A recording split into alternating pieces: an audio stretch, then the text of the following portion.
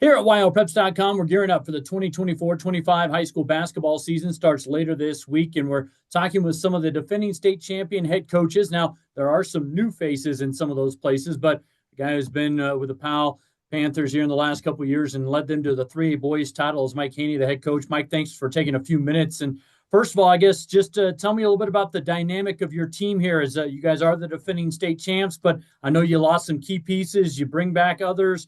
How would you kind of describe what's going on here early in practice with your group?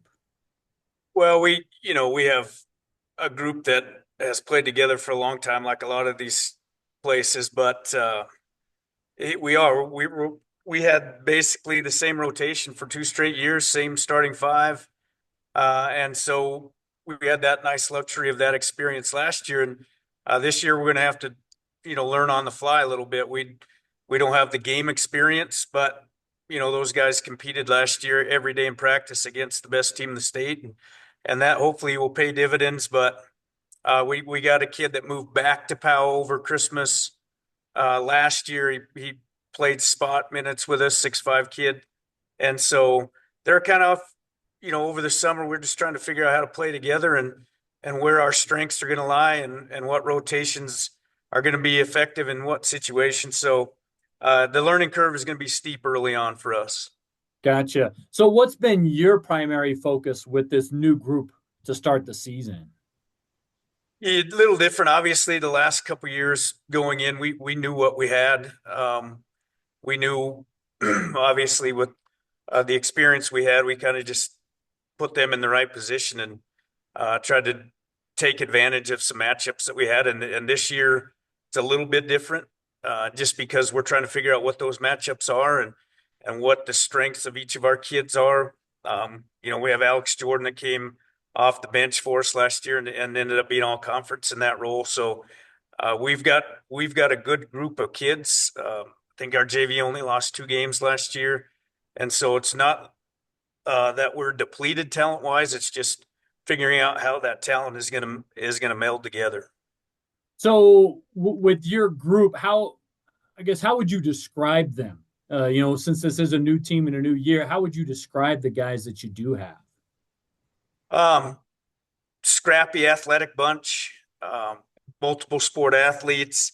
And we got a couple of guys that filled out over the summer and got better at physically, which are really going to pay dividends. And we actually might be a better shooting team this year than we have been from the perimeter in the last couple of years. As far as scoring, that'll be left to be decided on the court starting Thursday. But defensively, we probably have the most work to do. We obviously, with who we graduated, we had 2 of the best on-ball defenders in 3A. Brock Johnson broke our all-time steals record at Powell High School. So you don't just replace those guys overnight. And so that's where we're kind of have to figure out our true identity is how we can defend and what kinds of things we need to do to put those kids in the best position possible.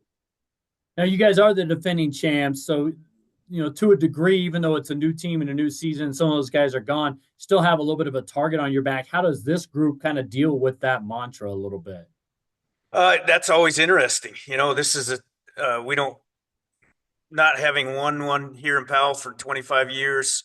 That's kind of a new feeling, but a lot of teams lost a lot of guys. And so I don't know if there's any added pressure in as far as extra motivation for teams. I think everybody just wants to beat everybody else. You have those natural rivalries. We open up with Pinedale, who's going to be a really good team, but they also replaced, their really good senior class last year. So I think as far as added pressure, we don't put any pressure on ourselves. And it seems like everywhere we go, people want to beat us just because we've been successful the last couple of years. And, that's actually a good thing to have. What do you look at when you see 3A boys this year? You kind of alluded to the fact that several teams lost, some pretty good seniors. What do you see with 3A, especially with Cody coming down now? Yeah, And that's the tough one. Our quadrant's going to be brutal again this year. Warland's never a slouch. Coach Abel does a great job with them, even though they lost some guys again last year. And Cody coming down, having played a 4A schedule the last, I don't know, 4-6 years, however long they were in that 4A division. They're long. They got good length. They got good shooters, and them and Lovell I put as the favorites in 3A on paper going in. Lovell returns basically almost all of their guys. They lost their leading scorer, all-state kid, but they only lost one. We lost 6, and so you're talking a juggernaut to get out of our quad. It will be interesting, but they are seeding 1 through 8 at regionals this year, so that's a new format. Back to when I very first started coaching, it was 1 through 8.